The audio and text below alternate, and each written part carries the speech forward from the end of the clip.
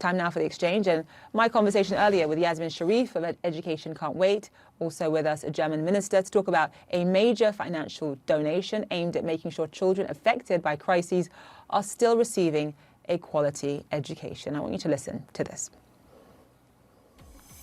I'm joined now by Yasmine Sherif, Director of Education Cannot Wait, and Svenja Schulze, German Minister for Economic Cooperation and Development. Yasmine, I want to start with you because COVID has been catastrophic. It's been absolutely devastating for the educational prospects for children all across the world. You look at places like Uganda, which has suffered the world's longest COVID-19 school shutdown. We're talking about 10 million children out of school since March 2020. What does that do to a country's future?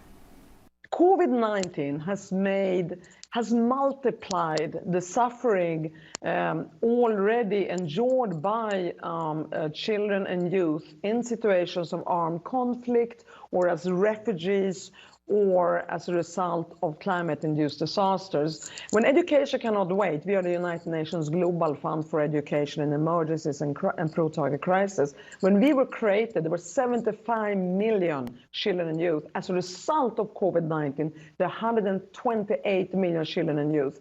So they are suffering a crisis upon an already existing crisis. So take Uganda, where we have a major investment for refugees coming from Southern Sudan.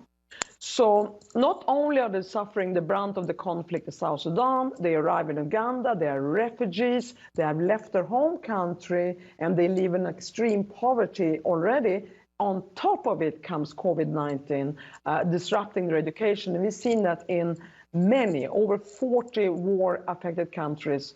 And if we don't move fast, with speed, to prevent that disruption, they risk falling into child trafficking, sexual abuse, early child marriages, and young boys risk going into armed groups. So the consequences will be severe for all of us.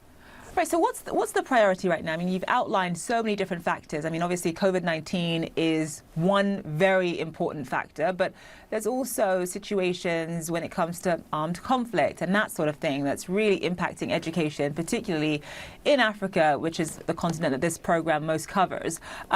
What is the plan? Because obviously, reopening schools is only one part of the puzzle. You then also have to recover lost education. How do you do that? Well, I mean, as an immediate response to recover education is to have accelerated learning programs. And through that, you can accelerate and quickly catch up. But that time span cannot be too long. And that's why when the World Health Organization declared a pandemic in February, Education Cannot Wait, we were among the first responders I think today a total of 42 countries, but in responding to countries like Uganda, the Rohingya refugees, refugees in Lebanon, in the Sahel, in Chad, Central African Republic, and elsewhere, to ensure that they can continue through remote learning. They also have access to health, water, sanitation, school meals, so that there can be some normalcy in that very abnormal environment. And I'm happy to say that with Education Cannot Wait, moving with what we call the fierce urgency of now, quoting Martin Luther King, we were able to reach 30 million children and youth in the COVID-19 response, which is quite significant. Also, thanks to the speed, but also thanks to our strategic donor partners who empowered us with the funding required, because financing is the biggest challenge for us. And I want to talk about donors and some of the partnerships, and I want to bring in Minister Schulze, German Minister for Economic Cooperation and Development. So Germany is essentially donating roughly around $300 million approximately to Education Cannot Wait. Can you just walk us through what that money will go towards? Yes, we have a shared responsibility not to lose the generation. Yasmine told it a minute before, and therefore we need to intensify our multilateral effort to build resilient education systems worldwide.